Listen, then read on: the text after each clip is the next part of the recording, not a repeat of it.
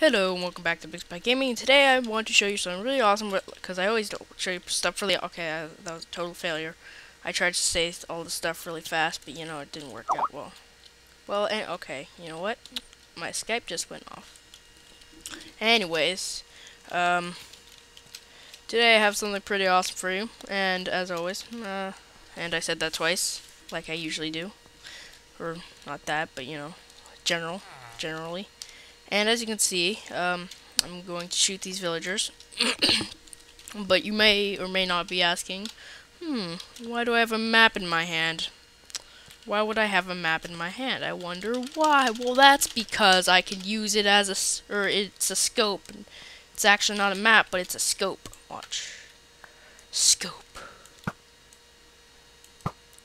Haha, lame villagers. I love villagers. They're so funny. And as you can see, I cannot move. I'm trying to move right now, but I cannot. And unless I like jump. And I can also fly, but I cannot move when I am scoping. And that's partly to prevent like just like bad crap. Okay, just like bad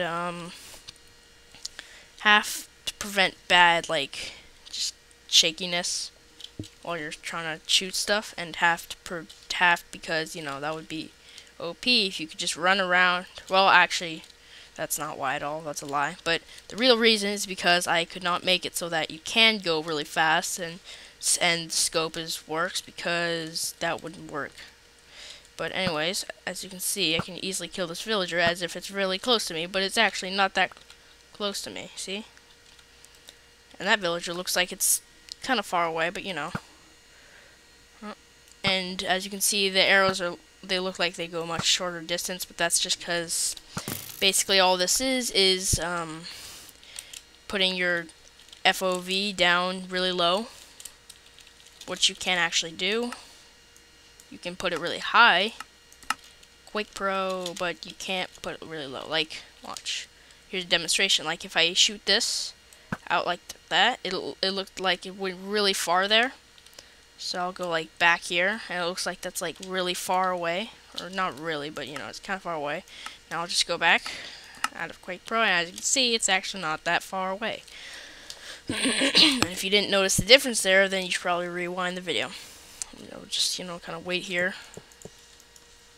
Alright, I'll just wait here. Rewind. I'm waiting. Okay, you're back.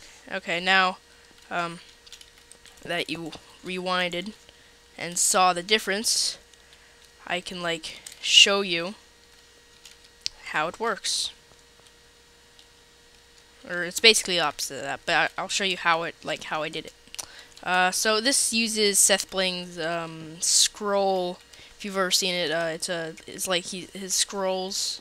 He made scrolls, and you like right-click them, and then they do cool things. And it's like uses a map as the scroll. So, So yeah.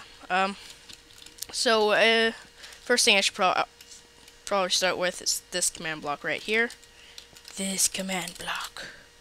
Okay, so what it does is it tries to clear there's a clock running here. It's like a really simple item or hopper clock, but this empty map right here, it tries, this is an empty map, and then there's a full map which has a different actually has a different ID than a normal map. But so this right here, it tries to clear a map, but this is an empty map. But then when you right click it, it turns into a normal map, and then it clears that out of your inventory. And then when it clears that out of your inventory, it'll set this off. Here, I'll show you. See, that just turned on because it's a comparator and it can sense commands. It can pick up or give redstone signals based on commands.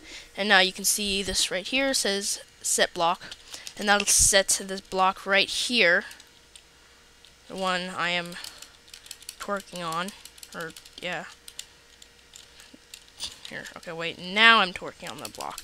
Okay, so, twerk, Miley Cyrus. But anyways, so This sets that to a redstone block, and then after a tick later, which is right here, tick, you know, one tick back, redstone repeater, one tick, sets that back to one, like, you know, one tick, or one, sets that back to air, or removes it, you might want to say. And so let's just show a little demonstration of that. As you can see, just for a second, a quick second there, it just kind of like removed it. So, or it just kind of like appeared there and disappeared. And so I'm gonna click that again, and that basically what that does is pushes this, or keeps this piston out for one tick, then pulls it back in after another tick. And there's a kind of a, you could say it's a glitch. I wouldn't really call it a glitch, but it's the block, or the piston moves too fast for the block, and even though it's a sticky piston, it doesn't pull the block back in if the piston only moves one tick. And so that is how I make, anyway, that's how I make a switch, or a button switch, which is yeah.